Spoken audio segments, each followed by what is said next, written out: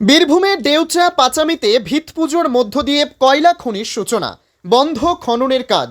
বুধবার মুখ্যমন্ত্রী মমতা বন্দ্যোপাধ্যায় বাণিজ্য মঞ্চ থেকে ঘোষণা করেছিল, বৃহস্পতিবার থেকে বীরভূমের মোহাম্মদ বাজার ব্লকের দেউচা পাচামি কয়লা খনির জন্য প্রথম দফার খননের কাজ শুরু হবে।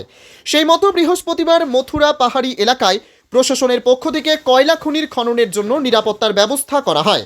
প্রশাসন সূত্রে জানা গিয়েছে, এদিন মোহাম্মদ বাজার ব্লকের চাঁদা মৌজায় যে সরকারি ওয়েস্ট ল্যান্ড রয়েছে সেখান থেকেই কাজ শুরু হবে।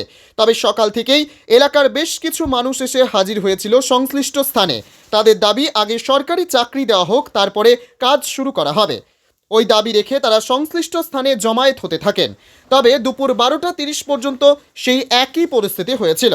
তারপর দুপুর 2টো বাজতেই একে একে বীরভূম জেলা প্রশাসনের একাধিক আধিকারিকরা ওই স্থানে প্রবেশ করার পর ভিত পুজোর মধ্য দিয়ে কয়লা খনির কাজের সূচনা করা হয়। উপস্থিত ছিলেন জেলাশাসক বিধান রায়, জেলা পুলিশ সুপার আমনদীপ, রাজ্যসভার সাংসদ শামিরুল ইসলাম প্রমুখ। ভিত পুজোর পর জেলাশাসক গ্রামবাসীদের সঙ্গে কথা বলতে গেলে গ্রামবাসীরা জানিয়েছেন, আগে সবাই চাকরি পাবে, তারপরই কাজ শুরু হবে। সেই মতো জেলাশাসক তাদের আশ্বাস দিয়ে কয়লা খনির সূচনা করেন। সূচনা করলেও খননের কাজ শুরু করতে গেলে সেই কাজে আন্দোলনকারীরা বাধা দেয় বলে জানা গেছে। আর সেই বিক্ষোভের মুখে পড়ে প্রশাসনের আধিকারিকরা খননের কাজ বন্ধ রেখে খননের মেশিন নিয়ে পিছু হটল। তবে যে সমস্ত মেশিনগুলি কয়লা খনির খননের জন্য আনা হয়েছিল, এদিন সেই সমস্ত মেশিনগুলোকে নিয়ে ভিত পুজোর পর ফিরে যায় প্রশাসনের আধিকারিকরা।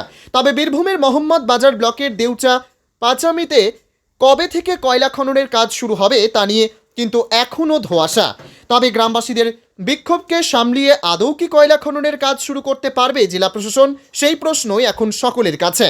যদিও এদিন জেলা শাসক বিধান রায় জানান, বৃহস্পতিবার থেকে দেউচা পাচামিতে শুরু হলেও কয়লা খনির কাজ, তবে খননের কাজ নিয়ে তিনি কিছুই বলেননি। বীরভূম থেকে শুভদীপ গুইয়ের রিপোর্ট, ক্রাইম প্রেস বেঙ্গল।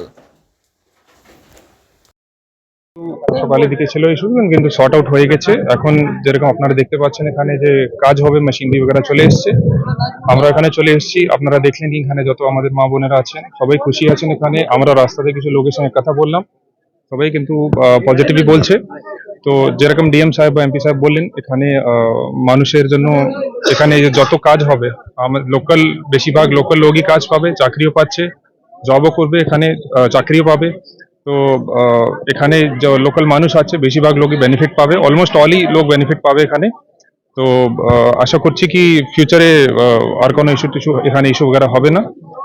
যদি মাইনর কোনো ইস্যু যদি হয়, আমরা jointly civil administration, police administration মিলিয়ে আমরা সেটাকে ভালোভাবে হ্যান্ডেল করব, সো দ্যাট কোনো মানুষের এখানে কোনো ক্ষতি না হয়।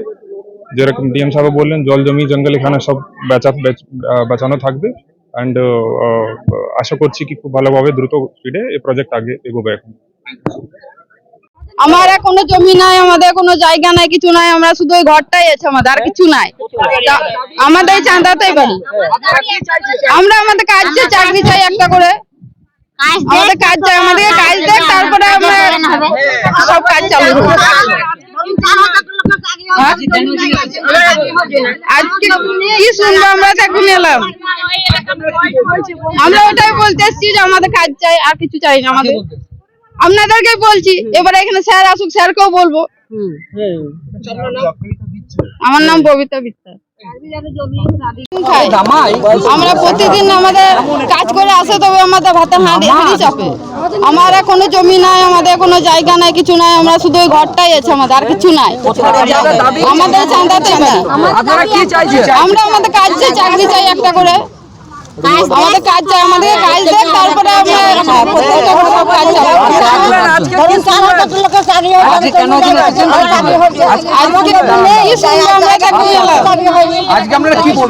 আমরা ওটাই বলতে এসছি যে আমাদের কাজ চাই, আর কিছু চাই না। আপনাদেরকেই বলছি, এবারে এখানে স্যার আসুক, স্যারকেও বলবো। চাকরি তো দিচ্ছে। আমার নাম ববিতা বিত্তা।